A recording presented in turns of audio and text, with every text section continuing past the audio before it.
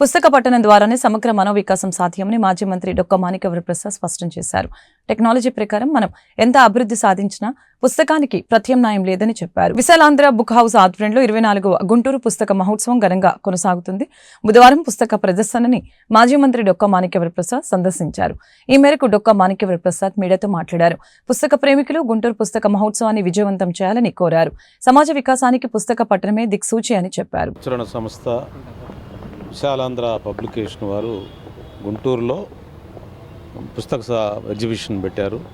మన ఏఎల్బీడి college Ambedkar centre ఏఎల్బీడి కాలేజీలో ప్రతి సంవత్సరంలాగా ఈ సంవత్సరం కూడా పెట్టారు. చాలా మంచి పుస్తకాలు వచ్చాయి.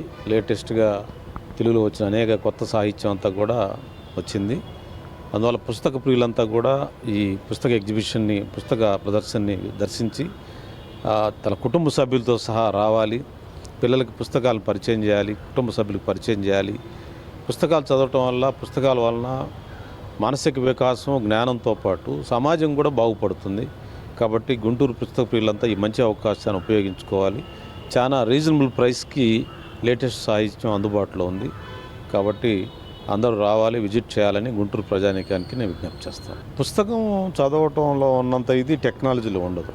టెక్నాలజీ సౌకర్యం సమాచారం వెంటనే తీసుకోవచ్చు, కానీ ఒక మనిషి పుస్తకం చదవటం ద్వారా వికాసం చెందుతాడు. అంటే దానికి ఎన్లైట్మెంట్ వస్తుంది, క్రమశిక్షణ వస్తుంది, ఎన్లైట్మెంట్ వస్తుంది, కొత్త ఆలోచనలు వస్తాయి.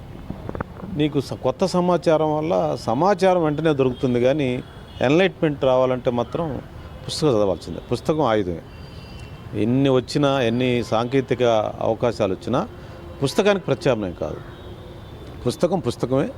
పుస్తకం వల్ల మానవ వికాసం చెందుతుంది. అట్లాగే బుక్ హౌస్ చాలా గణనీయమైన పాత్ర నిర్వహించారు. ఈ రాష్ట్రంలో అనేక ప్రజాస్వామిక దళిత అభ్యుదయ ఉద్యమాలకి ప్రేరణ శక్తించినటువంటి ఈ ఉద్యమం, ఈ గ్రంథాలయ ఉద్యమం, పుస్తకాలు ఇవన్నీ కూడా చాలా దోహదం చేసి ఈ రోజున అనేక రంగాలలో మార్పులు జరిగినాయి. ఆధునిక రంగంలో ఈ రోజున అత్యంత ఆధునిక రంగంలో ఈ రోజున వ్యక్తిత్వ వికాసం అనే అంశం కూడా ఈరోజు ప్రధాన అంశం వచ్చింది. దీని మీద కూడా వచ్చినటువంటి అనేక పుస్తకాలు కూడా ఈ రోజున ఉన్నాయి. సాహిత్యము, సంస్కృతి, చరిత్ర, రాజకీయాలు, అర్థశాస్త్రము, ప్రపంచ పరిణామాలు అన్నిటి మీద కూడా చాలా రకరకాల దృక్పథాలతో పుస్తకాలు వస్తున్నాయి.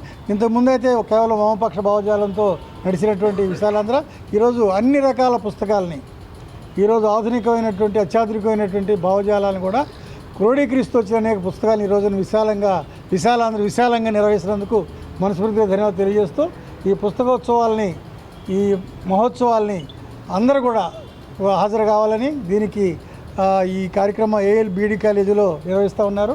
అందరూ హాజరయ్యి ఈ పుస్తకాలని కలెక్ట్ చేసుకోవాలి.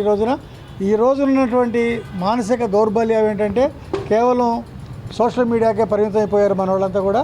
సోషల్ మీడియా దశ దాటి పుస్తకాలని శాశ్వతంగా గృహ గ్రంథాలను ఏర్పాటు చేసుకోవడం ద్వారా అనేక మానసిక సమస్యలను పరిష్కరించడానికి ఒక అవకాశం ఉంది. ఆ దృష్ట్యా మీరంతా కూడా రావాలని విజ్ఞప్తి చేస్తూ ఈ కార్యక్రమంలో పెద్దలు మాణిక్యవరప్రసాద్ గారు, మరి సోదరులు విల్సన్ గారు, వెంకటరెడ్డి గారు, తర్వాత చంద్రనాయకు, హనుమంతరావు, మన నీలాంబరం గారు, అనేక మంది, అట్లాగే విశాలాంధ్ర నరసింహరావు గారు అందరూ కూడా పాల్గొన్నారు. వాళ్ళందరూ కూడా ఆధునిక దళిత సాహిత్యం తరపు నుంచి అభినందన తెలియజేస్తారు.